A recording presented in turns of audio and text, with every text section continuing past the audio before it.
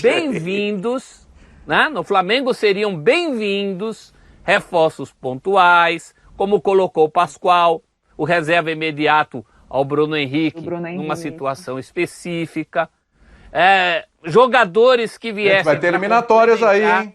Desculpa aí, professor, até corroborando o que você está falando. Vai ter eliminatória, vai ter jogador que pode se lesionar, Deus o livre, né? Mas pode acontecer, e aí? São complementos, né, William? Você não vai dar todo esse dinheiro para um jogador que pode não ser titular. Eu já falei e insisto, não traria o Mendes se o Flamengo tem o Maia. Esses bobalhões de rede social aí ficam falando que a gente fala isso porque quer o mal do Flamengo, porque quer enfraquecer o Flamengo, nada disso. Se eu fosse administrador do Flamengo, entendo o Mendes na mão, o Maia na mão, eu não traria o Mendes por esse preço, por essa condição. E no caso do Kennedy, a mesma coisa. Se o Kennedy fosse o cara para o lugar do Bruno Henrique, que o Pascoal falou, eu até pensaria. Mas nessas condições, nesses valores, o Flamengo não precisa, o Flamengo não necessita.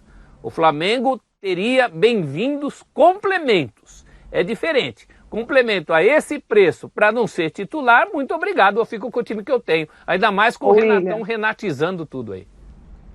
Fala, Ivana. Já chego em você, hein, Facinca? Eu vi que você pediu a palavra, já chego em você. Fala, Ivana. O Flamengo, assim, resumindo, não precisa gastar tanto dinheiro para ter reforço. Reforço é sempre bom, mas gastar tudo isso para ter reforço, num momento como esse financeiro, não, o Flamengo não precisa disso agora. É esse o ponto. Ô Facinca, sabe, aqui a gente tá conversando e a gente pensa mil coisas, né? Parece que ele deu uma esnobada, porque assim, ele foi lá, eu vou trazer o Thiago Mendes e o Kennedy. Aí novela, conversa, papo, bababá. Chegou num ponto que o Braz, para não dar o braço a torcer, se aí não precisava tanto esforçar, também nem queria. O time tá bom pra caramba e tal, o famoso também nem queria, apesar de vocês aí. Deu uma esnobadinha? Mas essa diretoria do Flamengo tem esse tipo de característica, né? Eles são assim. Eles precisam estar por cima em qualquer situação, né? E por isso que a diretoria, essas pessoas que formam a diretoria do Flamengo, em todas as suas vertentes, são completamente antipáticas. São pessoas que não me causam nenhum tipo, por exemplo, de admiração e postura. Apenas admiração por montar um time muito bom, ponto. Agora, em questão desse tipo de situação, são pessoas que, por diversas, né? Situações recentes, eles causam muito mais antipatia do que qualquer tipo de situação, né? Porque são os caras que querem estar por cima sempre. Agora, o que o Flamengo precisa em termos de reforços, na minha visão, jogadores que vão atuar na região, por exemplo, do Arrascaeta e do Everton Ribeiro. Jogadores de mais criação. Porque o Flamengo tem os reforços tanto para Bruno Henrique ou então para você ter um jogador mais agudo. Michael, Vitinho, entre aspas, fazem essa função, né? São atletas mais atacantes do que de criação. Mas quando perde o Arrascaeta, quando perde o Everton Ribeiro, se bem que hoje o Renato até tenta mudar a característica, tirando um pouco o Everton Ribeiro para tentar ter um time mais rápido com o Michael, mas o Flamengo não tem uma peça para esse setor. Não é Kennedy, muito menos o Thiago Mendes, né? Porque aí são jogadores mais para trás. Então, dessa linha intermediária para frente, um jogador de mais criação, de mais trato com a bola, o Flamengo não tem. Não tem no banco de reservas. E não é o Diego também, porque o Diego é um jogador que, como eu já disse, não pisa na área. Então, meia que não pisa na área, meia que não gosta de trabalhar, de finalizar, de decidir jogo, não adianta que ele não vai conseguir substituir o Arrascaeta porque ele faz todas essas funções. Então, se o Flamengo quisesse um reforço para esse tipo de posição, seria importante, seria muito bem-vindo. E talvez, aí, William, talvez, tá? Como eu não sinto muita firmeza no Isla, depois que ele veio, eu achei que o Isla poderia estar jogando já num outro ritmo e ainda não atingiu, principalmente defensivamente falando, até porque também ele nunca foi um grande defensor. E o Mateuzinho ainda me parece um pouquinho cru.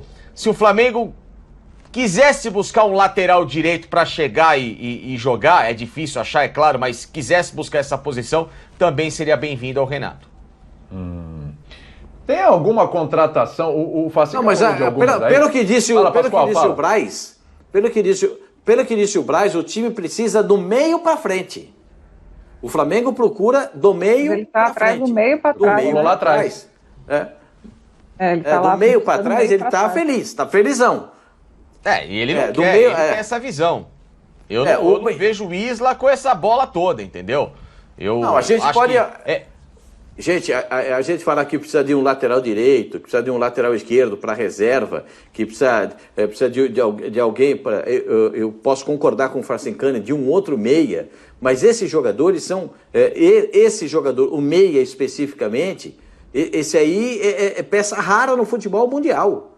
O Flamengo tem duas... caríssimo. O Flamengo tem duas raridades jogando no futebol brasileiro. Duas raridades. O Palmeiras tem duas raridades jogando, o Rafael Veiga e o Gustavo Scarpa. São raros os jogadores dessas condições. São raríssimos, né? Tanto que o Zé Rafael foi recuado para segundo volante. O Flamengo recua o Diego para segundo volante. São jogadores raros, como o Nacho, como o Zaratio, como o Nacho, são jogadores raros. O Zaratio ainda vai evoluir, ele é muito novo. Né? Como o Nacho, que é um jogador que...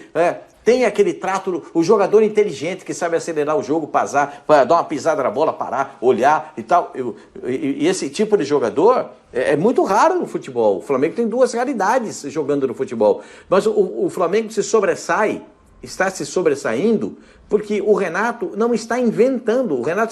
O Renato só está deixando a correnteza levar. E ele é muito esperto nisso. A correnteza está levando, mas eu estou consertando. O cavalo... Sabe, eu uso uma imagem turfística. O cavalo está muito na liderança do páreo, mas é turfística. Você não pode... O páreo tá lá, disparou o páreo. Foi dada a largada para o 7º páreo, Cidade Jardim. O cara tá tão na frente, é o Albenzo Barroso, ó. O Albenzo Barroso, aqui, só no controle, só que pá. E o cavalão lá na frente, e ele só que... Mas ele não larga a rédea, porque ele não pode largar. Ele tem que segurar para controlar a situação. É o Renato no Flamengo. Tá disparado. Então o que ele faz? Ele só vai controlando a rédea no cavalo. Só aqui, ó, só no controle, só e tal, e tá botando para chegar na ponta. Ou vocês acham que o Flamengo não vai chegar na ponta dos campeonatos?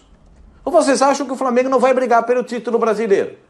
Ou vocês acham que o Flamengo não é candidataço a ganhar a Libertadores da América? A não ser que aconteça uma catástrofe. E catástrofe no futebol pode acontecer. Perder 2, 3 jogadores titulares. Isso pode acontecer. Aí é catástrofe. Aí nem todos os times do mundo têm tantas reposições. Então por isso que o Renato disse... Diego lá no meio campo, para abrir o espaço atrás aqui nas minhas costas, eu fico parado e deixo ele trazer a bola para cima de mim. Né? Então é assim, posiciona, como é que fala? Preenche os seus espaços e deixa a bola com o Flamengo, natural. Né? Aí você põe o Jô para jogar entre os zagueiros. O Jô tá com dificuldade, ou eu tô errado, o Jô tá com dificuldade, tá com pouca mobilidade, preserva o Jô, traz ele para próximo do seu time. Porque aí você não consegue nem dar essa possibilidade. O Luan disputa uma posição, né? Quando o Jô saiu, o Luan entrou. Não, eu vou dizer um negócio para você. Vocês entenderam essa parte da entrevista do Silvinho, não? Eu tentei um intérprete, juro, eu tentei um intérprete, porque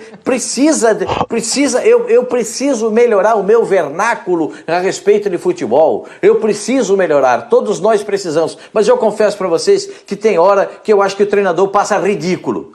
Quando ele começa a explicar, ele só pode jogar naquele terço do campo, ou naquele limite da linha que dá... Aí ele começa a passar ridículo. Na flutuação, né? Na flutuação. Ele começa a passar ridículo, porque ele começa a dizer que o jogador não joga nada. A hora que ele começa a encontrar esse tipo de situação, ele começa a dizer pro torcedor do Corinthians, ó, eu tenho esse cara aqui, mas ele não joga nada. Eu tenho esse cara aqui, mas eu não consigo colocá-lo para jogar porque ele não executa os movimentos e nem executa as jogadas que eu preciso. Então eu tenho que limitar o espaço dele.